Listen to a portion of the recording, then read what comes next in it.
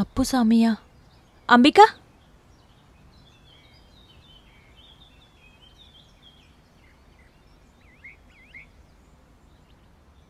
అంబికాని చూడ్డాని కోసం వచ్చాను.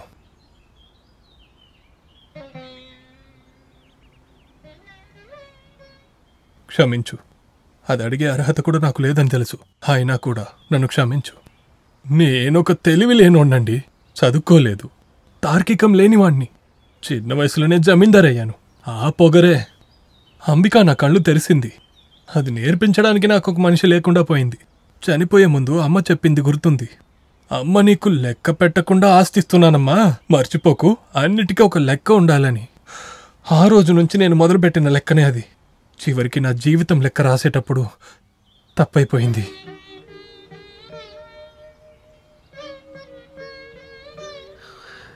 నా ఆశలన్నీ మనసులోనే దాచుకొని చెప్పంది తప్పే. అది చెప్పడానికి ధైర్యం లేదు. కానీ ఇప్పుడు అర్థమైంది, అన్నిటికీ కారణం నా దురాశ అని.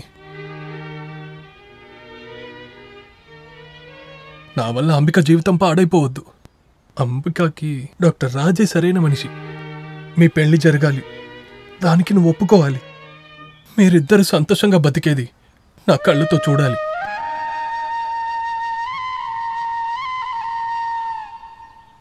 హే, నువ్వు చెప్పింది నాకింకా గుర్తుంది. నేనేం చెప్పినా నా మాట వింటానన్నావు. చేయమని అడగట్లేదు, చెయ్యమంటున్నాను.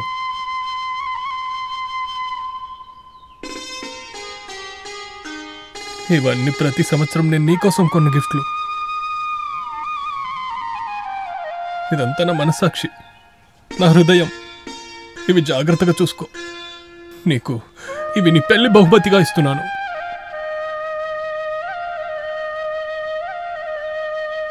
అప్పుస్వామి క్లినిక్ బేగాలు అది నువ్వే నడపాలి. అది కూడా నీకోసం మాత్రమే. నేను ఇంకా దానిలో పాల్గొనను. పేరు మాత్రం మార్చొద్దు. అది నా జ్ఞాపకంగా ఉండనివ్వు. ఇంకా చెప్పడానికి ఏం లేదు. నా ఆశీర్వాదం ఉంటుంది ఎప్పటికీ. వస్తాను.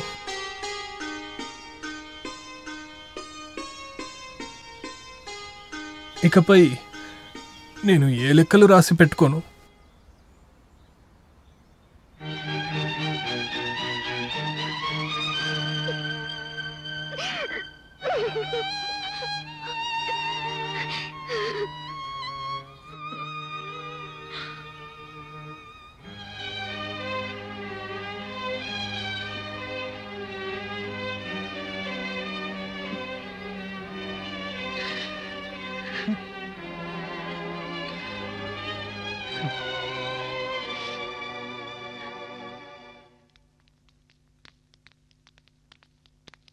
ఎందుకురా అలా చేసావు?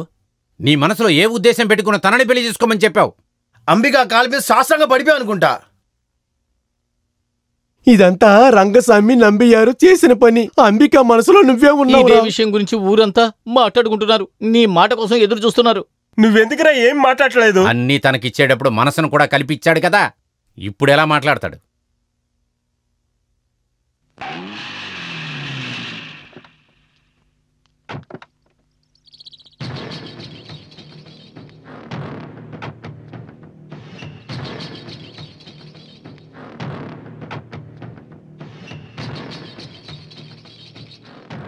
అందరూ ఇక్కడే ఉన్నారా?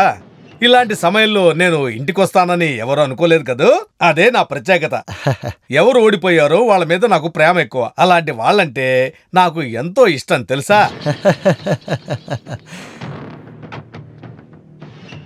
అప్పుస్వామి, నువ్వు చేసింది ఎంతో మంచి పనయ్యా. అందుకు కృతజ్ఞతలు చెప్పడానికే నేను ఇక్కడికి వచ్చాను. ఇక మీదటైనా నువ్వు బుద్ధి తెచ్చుకోవాలి. మనుషుల మీద అభిమానమే ముఖ్యమని వాళ్ళకి అనవసరంగా డబ్బులు ఇవ్వటం నువ్వు మానుకోవాలి. అంతేనా? ఎందుకంటే జనాల మనస్తత్వం మనం తెలుసుకోవాలిగా. డాక్టర్ చదివిన అమ్మాయికి డాక్టర్ మొగుడు, ఇంజనీర్కి ఇంజనీరు, రైతుకి రైతు కూతురే. మనం ఇంతవరకే సరిపెట్టుకోవాలి.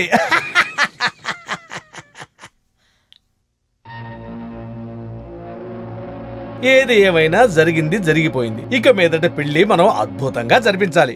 అప్పుస్వామి పెళ్లికి వచ్చి దగ్గరుండి జరిపించాలి. బయలుదేరనా? ఒక సోడా తీసుకురన్నారా? వద్దురా, వాడిని వెళ్ళనివ్వు. చచ్చిన పావును కొడతానికి వచ్చాడు యాదవ నాకుడు. అప్పుస్వామి దగ్గర ఎంత పొగరు చూపించాడు కదా, దీన్ని అలాగే ఊరికి వదలకూడదు. నువ్వు ఒక మాట చెప్పు చాలు, అంబికాని ఇక్కడికి తీసుకొస్తాం. ఏయ్, నువ్వు ధైర్యంగా చెప్పరా, ఊరు ప్రజలంతా మన పక్కనే ఉన్నారు. ఇక్కడ చూడు, నిన్ను వదిలేసి ఇంకొకరిని తీసుకొచ్చి అమ్మాయికి పెళ్లి చేయాలంటే మేము అసలు ఒప్పుకోం. మాధవన్న, తొందరపడి ఏం చేయకండి. తనకు అదే ఇష్టమైతే అలాగే వెళ్ళిపోనివ్వండి. ఇదిగో చూడు, నువ్వు ఇలాంటి మంచి మాటలని మాట్లాడమాక. నీ గురించి మాకు తెలుసు. అరే ఇప్పుడన్నా మేము చెప్పేది వినరా నువ్వు? ఇక ఎవరు ఏం చెప్పనక్కర్లేదు. తన పెళ్లి జరిపిస్తానని నేను మాటిచ్చాను. అందుకే ఆ పెళ్లి మనం అందరం కలిసి బాగా జరపాలి. మనం అనేసి మమ్మల్ని అందరం కలుపుతావు. నువ్వు వెళ్ళి చేసుకో. రండ్రా పోదాం మనం.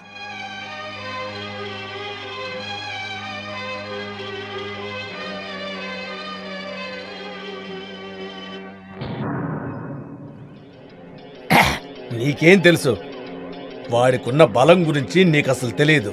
ఊళ్ళో వాళ్ళంతా వాడి వెనకాలే ఉంటారు. లేదంటే రిజిస్టర్ ఆఫీసులోనే చేయాలి. ఆ పరిస్థితి కావాలంటావా చెప్పు? అదంతా మంచి విషయమే, కానీ పెళ్లి అయ్యేంతవరకు నా మనసుకి శాంతే లేదు. ఇప్పుడే నా మనసుకు ప్రశాంతత వచ్చింది. అతను ఈ ఊర్లో ఎవ్వరు ఎదురు చెప్పకుండా ఎంతో గొప్పవాడిగా ఉన్నాడుగా.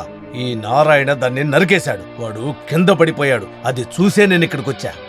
అతన్ని చూస్తుంటే నా మనసుకి ఎంత సంతోషంగా ఉందో తెలుసా? అయినా గాని అతన్ని నమ్మడానికే లేదు. ఎప్పుడు తల విసురుతాడనేదే తెలియదు అలాంటి వాడు. నువ్వు ధైర్యంగా ఉండవయ్యా. ఇప్పుడే వాడు పడ్డాడు. 25వ తారీఖు ఆ పెళ్లి జరిగిపోని. నా దగ్గర ఒక ప్లాన్ ఉంది. ఈ దెబ్బతో వాడికి లేవడు.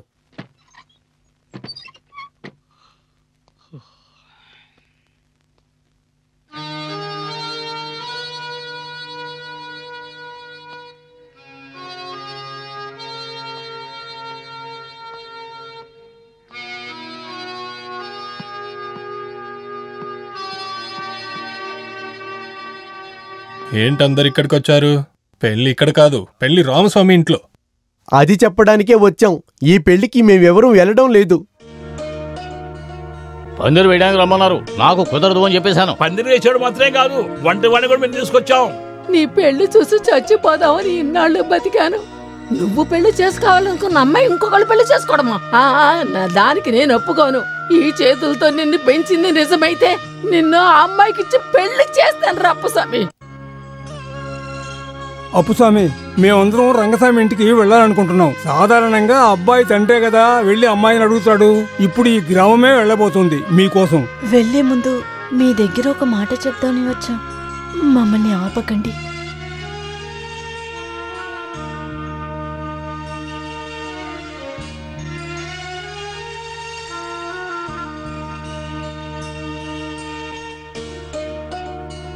నా కోసం అంటూ ఎవరు లేనందువల్ల అప్పుడప్పుడు నాకు కొంచెం బాధగా ఉండేది. కానీ నాకు ఇప్పుడు అర్థమైంది, నాకు సొంత వాళ్ళు ఉన్నారు. ఒక ఊరంతా నా సొంత వాళ్ళే. సంతృప్తిగా ఉంది. ఇది నాకు గౌరవంగా ఉంది.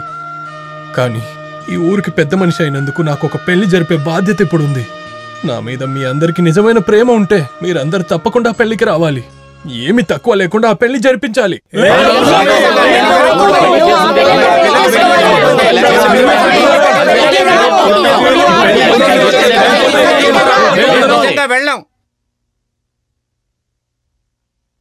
నేను బ్రతికుండాలనుకుంటున్నారు కదా, అయితే చెప్పేది వినండి. నా కోసం దయచేసి రండి.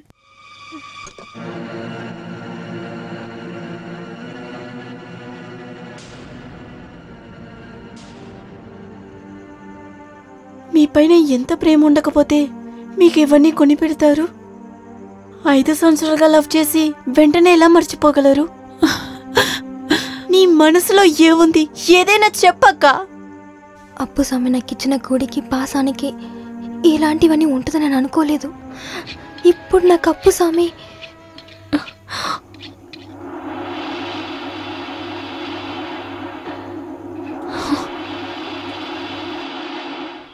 వెళ్ళండి వెళ్ళండి, త్వరగా వెళ్ళండి. సరే సరే సరే అలాగే వెళ్ళు. చూసుకోండి. అటుపక్కన కూడా అక్కడే చేస్తున్నారు. చూసుకో చూసుకో, జాగ్రత్త జాగ్రత్త. అప్పుస్వామి, ఈ డేక్సేలో అమ్మాయిని అంబిగాని ఎలా అన్నా తీసుకొచ్చేస్తాను నేను. నువ్వు ఒక మాట మాత్రం చెప్తే చాలు. షణ్ముఖం, ఏంటయ్యా? అటు పక్కన గుడారాలని గట్టిగా లాగి కట్టు. వర్షం వస్తే తడవకుండా ఉంటుంది. పోరా పో.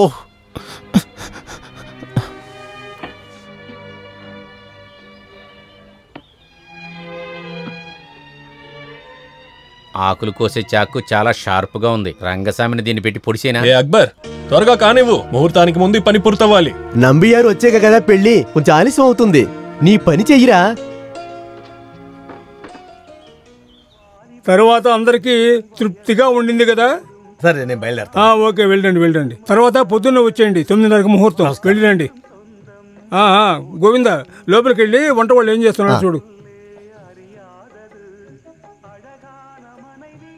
అది అక్కడ కట్టేసారా? సరేనా? తీసుకోరా. అప్పుస్వామి,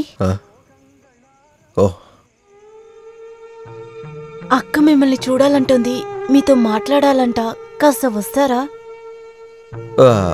పాయసంలో చక్కెర ఎంత వేయాలని కూడా నేనే చెప్పాలా? అందుకే వంట మనుషులు ఉన్నారు కదా. సరే, నువ్వు వెళ్ళు. పో.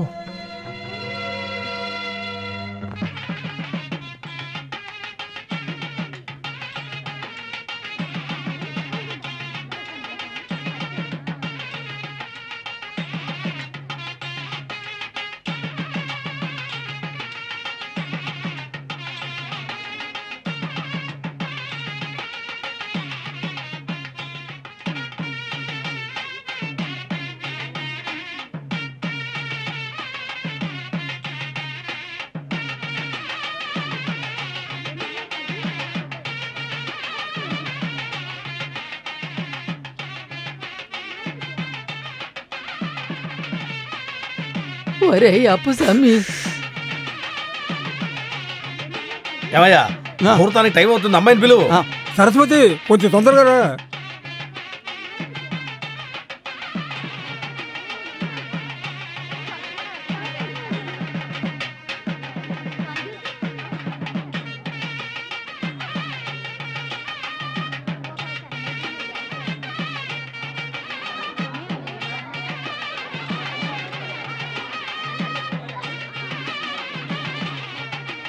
నాన్నగారి దగ్గర మావయ్య దగ్గర ఆశీర్వాదం తీసుకోమ్మా. శుభంగా ఉండమ్మా.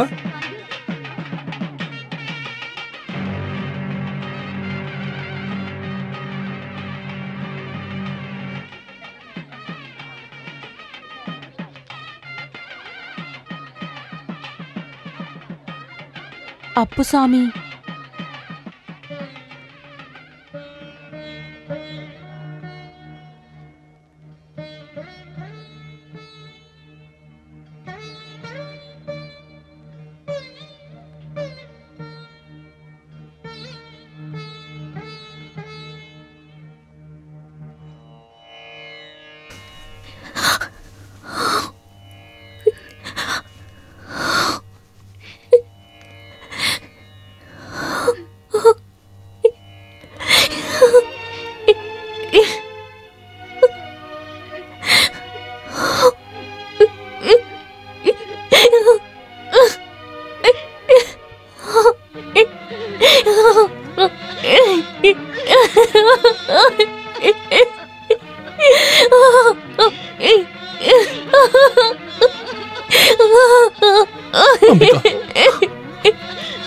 ఇదేంటి?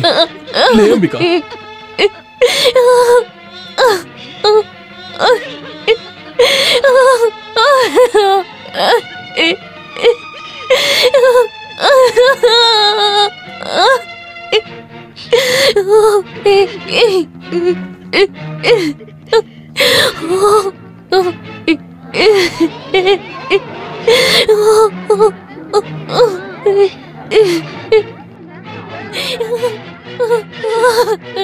అంబిక, ఏం చేస్తున్నావు? లెగ్గు పైకి. Leg Ambika, leg. అంబిక, పైకి లెగ్గు.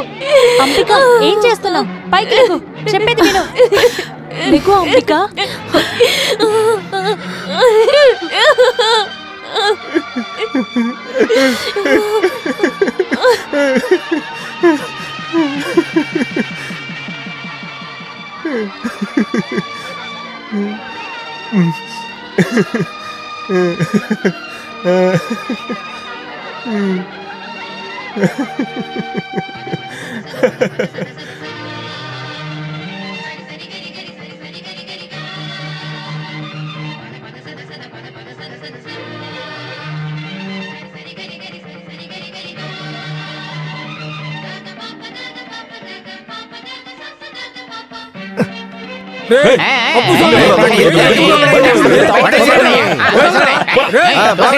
చల్లగా ఉండండి.